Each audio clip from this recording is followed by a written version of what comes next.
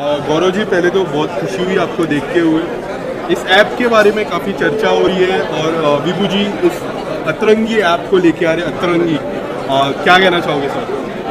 देखिए, बड़ा interesting concept है अतरंगी के लिए, जो अतरंगी ब्रांड है उसके लिए, कि जो GEC स्पेस है नॉर्मल केबल चैनल वाली और जो OTT स्पेस है जो हम जानते हैं, उसके बीच में कहीं अपने आप को प्लेस करना चाहते हैं। आई थिंक एक बहुत इंटरेस्टिंग मूव है, क्योंकि हम पूरी की पूरी इंडस्ट्री भी मूवमेंट में है। Yes. और उस मूवमेंट के बीच में कोई अपने आप को प्लेस करके आपके लिए कन्वीनियंट बना रहा है कि आप इस टाइप का एंटरटेनमेंट चाहते हैं तो भी है, उस टाइप का एंटरटेनमेंट चाहते हैं तो भी है। तो ये जो 2-in-1 1+1 फ्री आपको मिल रहा है इन अ वे, ये आई थिंक ऑडियंस के लिए एक बहुत अच्छी मेरे ख्याल से फ़ायदे की बात है।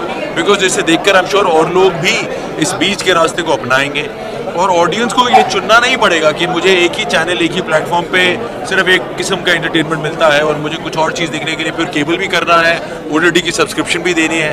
एक तरीके से आपको एक ही जगह सब मिल जाएगा। So I think it's a great initiative. Nivedita is an old friend of mine and वो जब प्यार से बुलाती हैं तो मैं अटेंडेंस लगाने के लिए आ जाता हूँ। तो आज अटेंडेंस लगाने के लिए आया हूँ और सबको कंग्रेचुलेशंस कहता हूँ। गौरव जी, OTT की मैं बात करूँ और हेलो मिनी की बात ना करूँ तो ऐसा हो ही नहीं सकता। जिस तरह का आपका किरदार है हेलो मिनी में, एक चैलेंजिंग किरदार, मुझे ऐसा लगता है उस तरह का किरदार करना एक चैलेंजिंग होता है कोई भी ह्यूमन बीइंग के लिए। OTT में क्या कुछ आपको डिफरेंट दिखता है? क्योंकि हमने आपको टेलीविजन में देखा, OTT रियलिटी शो सब जगह से टिक कर चुके हैं सर। जी, अभी नेटफ्लिक्स पे मेरा नया शो आ रहा है, उसका नाम है राणा नायडू। राणा नायडू नेटफ्लिक्स पर आई थिंक अगले साल की शुरुआत में आ जाएगा। उसका पहला टीज़र अभी अभी आया है। उसमें मेरे साथ राणा डगुपति हैं और वेंकटेश सर हैं। तो OTT और टेलीविज़न में बहुत फ़र्क है। Yes. और जो फ़र्क किसी भी अगर मैं उसे एंटरटेनमेंट प्रोडक्ट की बात कहूँ, तो जो फ़र्क किसी भी एंटरटेनमेंट प्रोडक्ट में होता है वो इसलिए होता है क्योंकि वो एक अलग ऑडियंस के लिए बना होता है। और जिस किस्म से ऑडियंस का टेस्ट चेंज हुआ है पिछले 10-15 साल में इंटरनेट की वजह से, अब audience international cinema, international shows, international entertainment देखकर एक किस्म की स्टैंडर्ड की अब उन्हें उम्मीद रहती है, प्रोडक्शन वैल्यू की उम्मीद रहती है। सो आई थिंक जो OTT इंडिया में डेवलप हो रहा है वो एक उस ऑडियंस के लिए डेवलप हो रहा है जो ऑलरेडी अब अपने आप को इस इंटरनेशनल स्टैंडर्ड से अवेयर करा चुकी है। जहाँ हमारी मेन हार्डकोर मास होता रहो,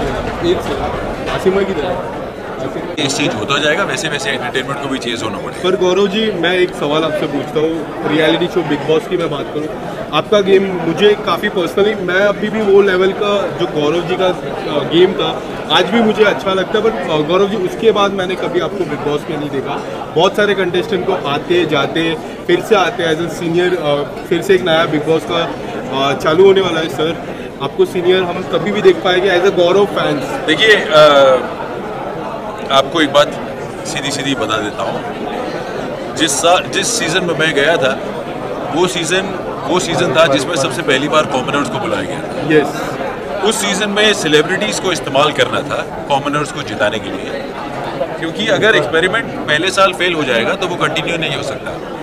और एक्सपेरिमेंट कंटिन्यू इसलिए करना चाहते थे क्योंकि दुनिया भर में जब बिग ब्रदर बनाया जाता है तो कॉमनर्स के साथ बनाया जाता है।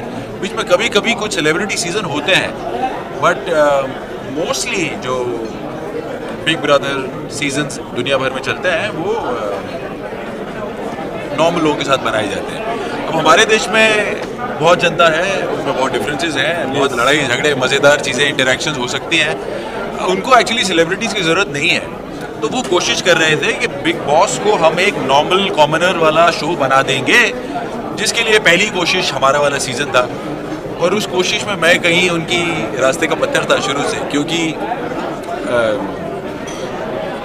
अगर आप अंदर जाएं और पहले दिन 2 टीम बना दी जाएं और एक टीम को कहा जाए इंडिया वाले, क्या मेरा पहली रात ही वो सवाल था कि हम श्रीलंका से आए हैं क्या, हम इंडिया वाले क्यों नहीं हैं। और ये वो सब वो लोग थे जो एक्टर्स बनना चाहते हैं। तो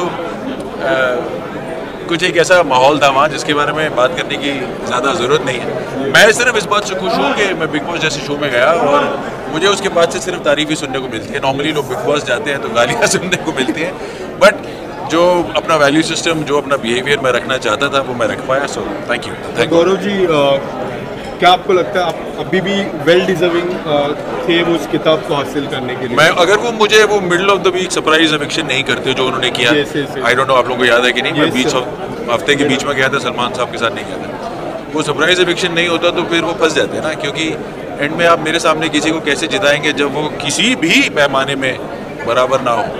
तो देखिए, आपको जिताने के लिए साथ में किसी ऐसे को खड़ा करना पड़ता है जिसको देख के लगे कि हाँ इसके ऊपर कोई दूसरा जीत गया। सो एक आखिरी सवाल गौरव जी, क्या हमारा सपना आपको बिग बॉस में फिर से देखना एक सपना ही रहेगा कि हकीकत हो जाएगा? नहीं, आई थिंक जब मेरी कोई फिल्म रिलीज होगी और मैं वहाँ जाऊँगा तो आप मुझे जरूर देखेंगे। Thank you Gaurav ji.